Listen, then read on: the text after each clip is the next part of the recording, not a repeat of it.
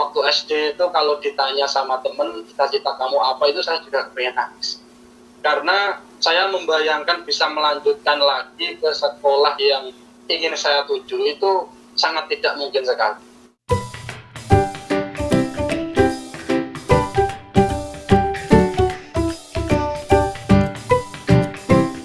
Assalamualaikum warahmatullahi wabarakatuh. Ketemu lagi di channel saya Saleh Japan, channel yang mengangkat mengenai motivasi dan magang Jepang. Jadi sekarang tamu saya ini adalah Pak Ari Purwanto. Dia sekarang menjadi kepala sekolah di sebuah sekolah di Blora ya Pak. Sekolah yang dipimpin sekolah apa ya? Saya sekarang bertugas di Madrasah Sanawiyah Safinatun Najah di daerah Kecamatan Tunjungan. Kalau lebih tepatnya mungkin kalau yang sudah biasa ke Blora mau jalan-jalan ke Waduk Greneng lah, nanti sebelum sampai Waduk Greneng pasti akan melewati madrasah sekolah kami. Oh, itu MTS ya, sekelas ini ya, setingkat SMP ya? Ya. SMP. Ya. Jadi gini, saya dan Pak Ari Purwanto ini dulu adalah teman waktu kecil ya. Kita hidup berdampingan, rumah kami dekat sekali. Tidak hanya teman sebenarnya, Mas, ya, tapi mentor. Jenengan mentor saya. Oh, alhamdulillah. Ya. Jadi ini ya, dulu itu rumah kami berdua di desa tersebut itu bisa dibilang dua rumah yang tidak layak dihuni ya Pak Ari ya. Ya, benar sekali. Jadi kalau mungkin dibandingkan dengan rumah-rumah yang ada di sekitar tempat tinggal kami, mungkin perbandingannya sangat jauh sekali. Iya, mungkin dulu anak-anak yang lain bisa dapat baju baru sering, mungkin kita baju barunya itu 2 tahun sekali, itu nggak pasti juga ya. Kalau saya menunggu lungsurannya Mas Soleh Japan. Ya, kalau saya juga menunggu baju dari orang lain juga, Bang. Kita sebenarnya senasib lah.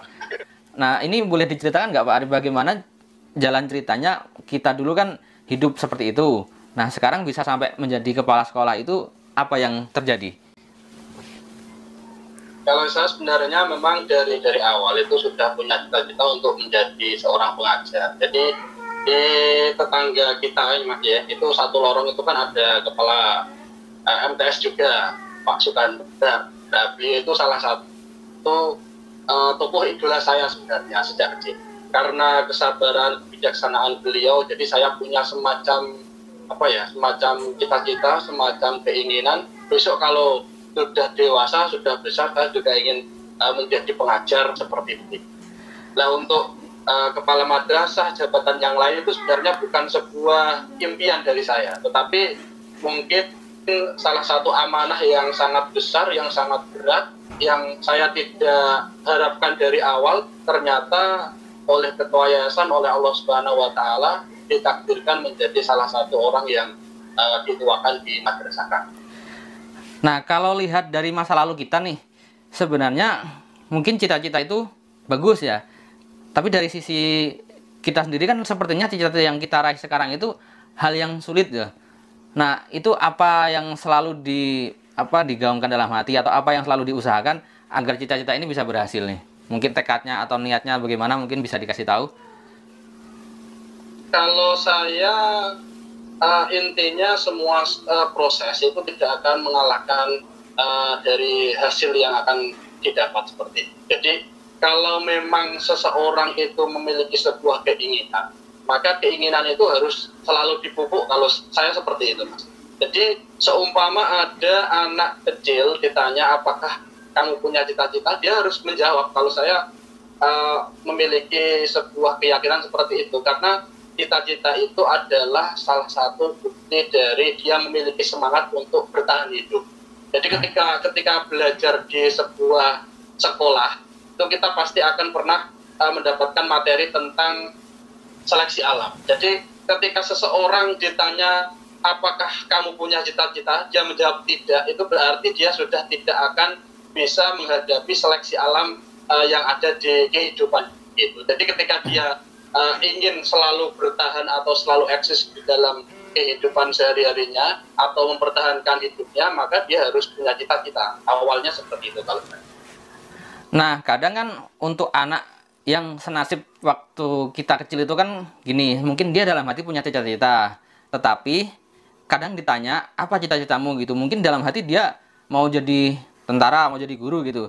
Tapi kan saya sendiri gitu kan mau jawab itu malu. Soalnya kenapa malu?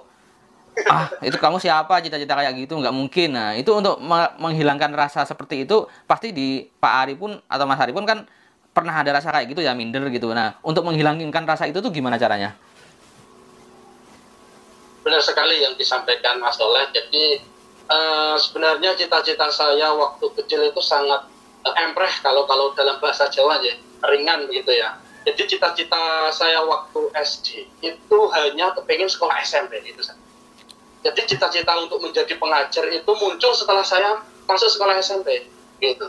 Jadi kalau memang sekarang sudah jadi pengajar atau mungkin punya jabatan yang lain, itu sebuah anugerah mungkin ya, sebuah cobaan juga sebenarnya. Dan seperti yang disampaikan oleh Mas Soleh tadi, mungkin saya juga waktu SD itu kalau ditanya sama temen cita-cita kamu apa, itu saya juga kepengen nangis. Karena saya membayangkan bisa melanjutkan lagi ke sekolah yang ingin saya tuju itu sangat tidak mungkin sekali. Tetapi ternyata ketika waktu itu saya sudah mendaftar di SMP, ada dermawan yang mau menolong saya, dan singkat ceritanya dari sekolah yang ingin saya tuju ternyata mungkin tidak diijabahi sama Allah Subhanahu wa Ta'ala karena memang terbentur dengan biaya tadi. Dan akhirnya saya di asuh ya, jadi saya menjadi salah satu anak asuh di sebuah panti asuhan, yang panti asuhan itu menjadi tonggak awal saya membentuk cita-cita saya yang terwujud sampai saat ini. Itu bagus sebenarnya untuk memotivasi anak-anak sekarang yang tidak punya cita-cita supaya mau bercita-cita ya.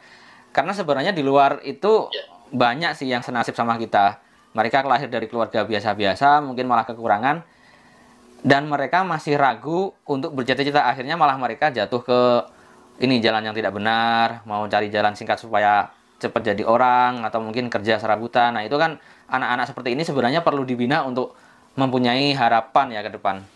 Mungkin bisa dibagi nggak cara menghadapi percobaan atau cara menghadapi perjuangan supaya berhasil?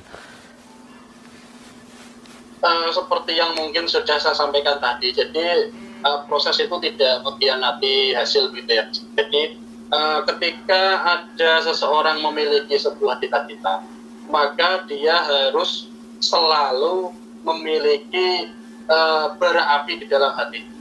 Jadi bagaimana cita-cita itu akan terwujud. Ini sedikit cerita. Jadi waktu dulu saya masih SMP itu tidak pernah saya tidak mengira kalau sampai saat ini seperti itu. Jadi pernah menulis di sebuah buku. Menulis di sebuah buku itu saya memberikan reng-rengan apa yang akan saya raih ketika saya usia sekian. Jadi kalau dilihat dari usia sekolah, saya termasuk sekolah yang telat karena dulu pernah ke luar kota juga. Jadi saya pernah menulis di buku itu usia 23 lulus S1 seperti itu. Kemudian usia 28 lulus S2. Kemudian usia sekian jadi dosen. Kemudian usia sekian jadi doktor dan lain sebagainya. Ternyata separuh yang saya tulis sudah terwujud. Berarti kayak teorinya Yusuf Mansur nih, cocoknya. Wah, kalau itu saya tidak tahu. Tidak tahu. Karena ini memang semacam ya untuk memupuk dari cita-cita saya tadi yang seperti saya sampaikan. Jadi saya pernah menulis itu, alhamdulillah mungkin termasuk diijabi oleh Allah Subhanahu wa Ta'ala, mungkin termasuk doa yang diijabi oleh Allah. Jadi alhamdulillah seperti yang saya tulis, saya usia 23 tahun sudah mengajar, sudah lulus S1, kemudian usia 28 tahun seperti yang saya tulis, ternyata saya juga bisa kuliah S2. Kemudian saya juga bisa menjadi salah satu staf pengajar di salah satu perguruan tinggi Figura juga. Oh, jadi penting dosen juga ya? Ditanya tentang cita-cita itu, jangan sampai apa yang kita inginkan itu macam hilang begitu saja. Harus bagaimana